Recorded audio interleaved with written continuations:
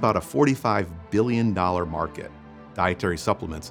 And when you introduce fraud into a marketplace, consumers really, they don't have a chance of figuring out the truth most of the time. Essentially, they're being milked out of their hard-earned dollars for a product that they're led to believe might help them, but actually won't.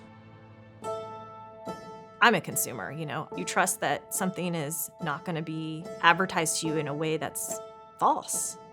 We think the FDA or whoever it may be is holding corporations accountable, when in reality, nobody is.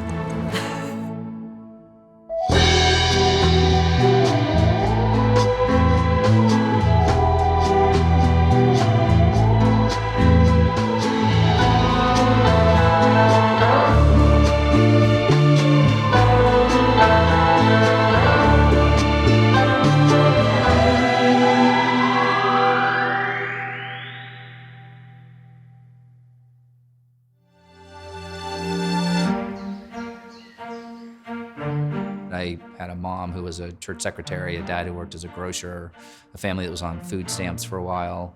So, I knew what it was like to feel like you were sort of on the wrong end of things that were happening in the world and wanting to figure out a way to try to level that out.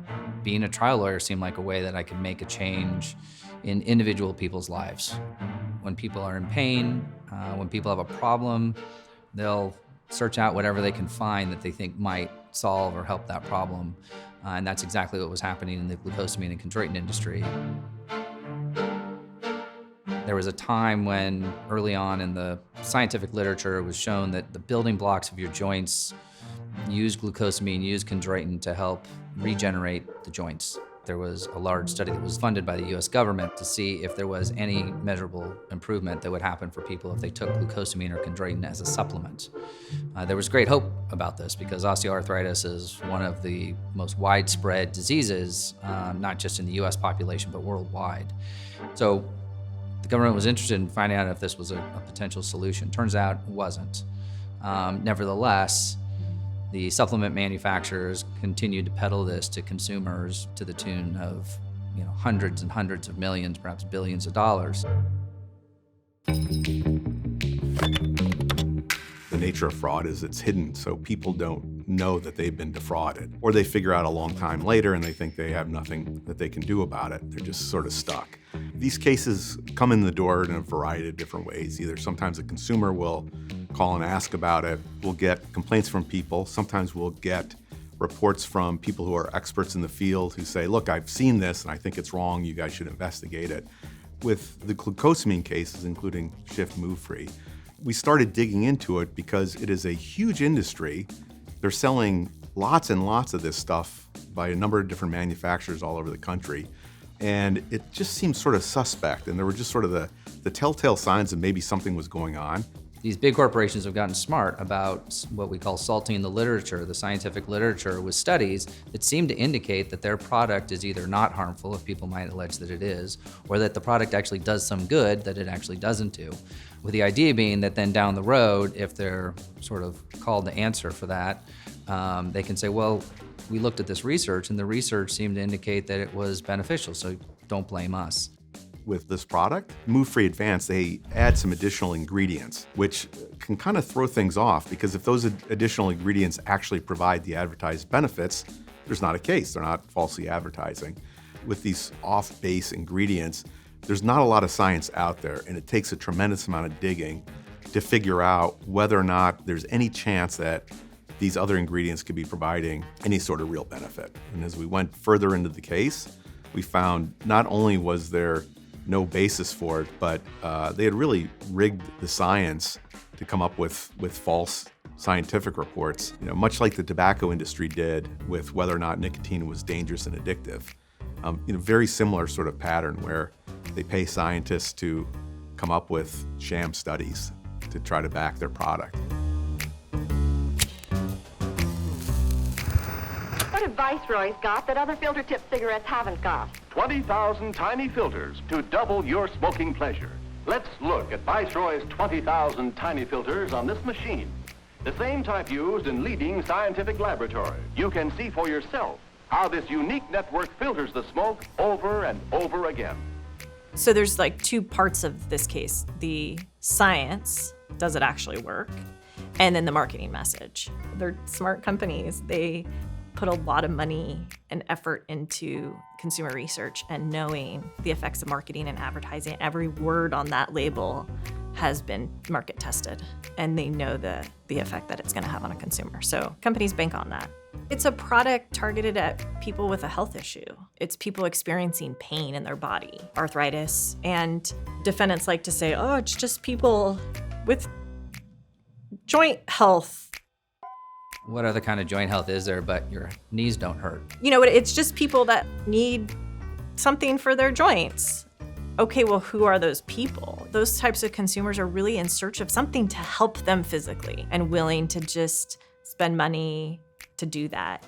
No different from the early days where snake oil salesmen would go around and peddle their wares, knowing that some people actually would improve, but it had nothing to do with the product. It had to do with convincing them and the power of our mind to actually solve some of our body's problems, known as the placebo effect. So when we think we're getting better, we actually can get better, but again, has nothing to do with the product itself. So this is a classic case where billions of dollars were taken from consumers by being sold this snake oil with the idea that somehow this would help them. To me, there's just something fundamentally wrong about falsely advertising products in general, but targeting a population of people who is physically hurting is, to me, particularly egregious. Capitalizing on physical pain and medical issues that they're having, knowing that you're not providing any relief for them, but they'll buy your product. So the Food and Drug Administration regulates this area, and the regulation is weak, and they don't actually enforce the regulations. What the FDA does is they set this thing up where they say, okay, for a supplement, you can make a general statement about a dietary supplement as long as it's truthful. So the classic example is vitamin D builds strong bones. We've all heard that, we've all seen that, it's on a bunch of packages. That is a legitimate structure function claim that meets FDA regulations. So what the dietary supplement industry does is they come in and they say, well, as long as we say things like that, then we're gonna be okay, even if our intent is to mislead people. So for example, with Schiff Move Free, when you look at this label, you can start with a whole bunch of different things. So of course the name of the product is Move Free. Well, Move Free, if you have arthritis, that's what you wanna be able to do, is move free without pain, full range of motion. So that sounds pretty good. Using things like advanced, whenever you call something advanced, it seems like it's better than the stuff that, well, isn't advanced. And then what they did is they had things that talk about the 5 signs. And what are those 5 signs? Mobility, comfort, strength, flexibility, lubrication. Now they don't say it'll take away the pain, because if they did that, that would be a drug claim. But it's clearly the message they're sending, and yet when you depose them on this, they will argue till they're blue in the face that, no, we didn't say it would take away your pain. The documents themselves proved, no, you're actually targeting people who already have the disease and you're targeting people who are in pain. And they said the exact opposite. It's for people before they've gotten the disease who don't yet have pain. It's clever. I mean, and it's when you look at the packaging, if you didn't know anything else, you'd clearly say this product is intended to help you with arthritis, even though the word arthritis isn't on there, except for a logo that they purchased from the US Arthritis Foundation and put on the side of their box. Seriously? Yes. And you may think, so implied representations, well, you know, come on, aren't you being a little strict about this? Well, when you think about it, most advertisements are not express statements. And there's a reason for that. Psychologically, people find it more persuasive when there's an implied representation where they figure it out and it becomes more convincing to them. It's just sort of a function of human nature. And implied advertising is used all the time. If I showed you a picture of golden arches, you'd know exactly what that was, and your mind would fill with messages about McDonald's. And whether you like McDonald's, don't like McDonald's.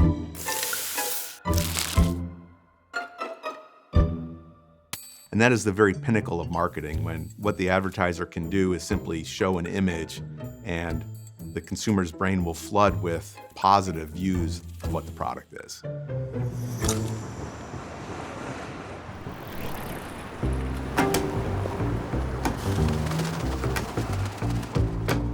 When corporations act in a bad way towards consumers, they do it a little bit to each consumer. And so there's no ability or incentive for a consumer to sue or hold that corporation accountable as an individual. The only way to do it is as a class action. For example, your cable bill, you can never sue your cable company as an individual, which means that really in effect you can never sue them.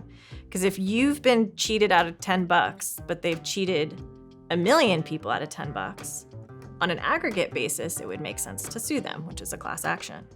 But no individual is going to sue for $10. And so that's how corporations screw over consumers and get away with it. And so this case with Move Free can be tried on a class-wide basis. The defendant's conduct is common among all of the class members, that we can have one trial. You as our class member can get up and tell your story, and it's going to be the same story for everyone. It's a hard fight. We're just a little law firm of 7 people going up against well-funded corporations who have some of the best lawyers they can hire. It's not an easy task, but you're doing work on behalf of somebody who otherwise would not be able to get that relief. And it's really satisfying when you put together the story and tell people, ultimately a jury, why what they're doing is wrong. The folks at Blood, Hurst & O'Riordan, the class action law firm, early on decided, we think we might want to try this case. And so they asked me if I'd be willing to partner with them sort of on the trial end, and they would take care of class certification. So we worked together and had a great partnership. They'd sort of created the script, if you will. They'd started the ball rolling, moving towards class certification. They sort of brought me in as a sort of a guest director, if you will, where I got to come in and say, okay, well, let's think about this from this other aspect, this trial aspect, which is not how they were initially thinking about it, which just made for a fuller picture, if you will, a more complete picture of what could be accomplished in the case. And it turned out to be an amazing partnership. So during our investigation, we learned that the science that the company relied on for one of its primary ingredients was actually science obtained by the supplier of that ingredient. So you have a supplier of the ingredient, and they sell that ingredient to Schiff. And what we learned was that the science was completely made up. They cooked the books. They went out and they created a scientific journal. They manufactured a scientific study and then put those false results in the scientific journal. The scientific journal published them, and then they pointed to those seemingly published scientific results, and that was the basis of their claims. Uncovering those fraudulent studies, that was a big breakthrough. However, on all of these ingredients, there is science that supports the manufacturer. They're going to present that junk science, and you're going to end up having a battle of the experts where you're trying to talk to jurors about very complex scientific issues and trying to explain to them why their science is actually junk science and our science is good. We were very lucky to get the 2 leading arthritis researchers in the world. They were eager to help us because as physicians and scientists, it offends them that companies are making these claims that aren't true. So you have this battle of the experts, and that's part of the game, and that's what you expect.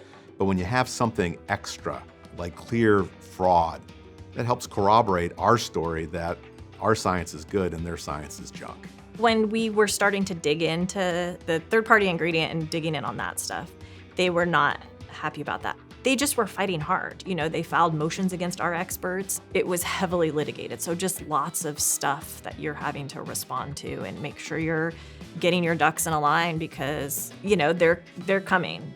At the end of the day, this was going to be a huge win for consumers, or it wasn't. Somebody wasn't going to get harmed if we lost this case, but people could potentially get a real benefit if we were able to succeed. I love that aspect of this case, that we could go for broke and really help consumers in an area where they shouldn't have had their money taken from them. And it was clear at some point that the defendant in this case realized that this was not going to be some nominal resolution. They were going to have to pay real money. And at the end of the day, ultimately settled the case for $50 million, which will benefit probably just north of 8 million different consumers that purchase that product. To be able to help somebody who clearly is an underdog, those people have a fighting chance. So Some of us have the obligation, the responsibility to try to move that ball forward and make sure that those rights are protected. This settlement with Schiff move free, this can't feel like good news for them, but it's definitely good news for consumers. What I wanted to make sure was that there was certainly enough for people to get full refunds and hopefully a little left over so they could get some more. And we nailed it. We got it exactly right, and people are getting more than full product refunds. $50 million is a great settlement. It's an all-cash settlement going straight to consumers. But that amount is reflective of really the successful false advertising that defendants engaged in. And so it was important to get something that countered that sufficiently. If you're going to make a factual statement in marketing, it's got to be true.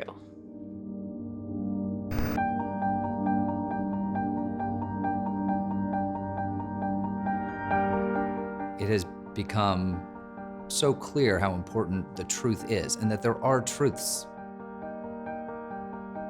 Our job as lawyers is to say, no, there are some opinions that we're going to differ on, but the truths, we're not going to differ on those. And so for large corporations that try to manipulate the truth by misleading the public, we need to call that out and to finally have them held responsible. In my mind, there's no greater feeling on earth, mostly because you know how good it feels for your client that they've gone down this long path to the finish line where they get to see some amount of justice in their case.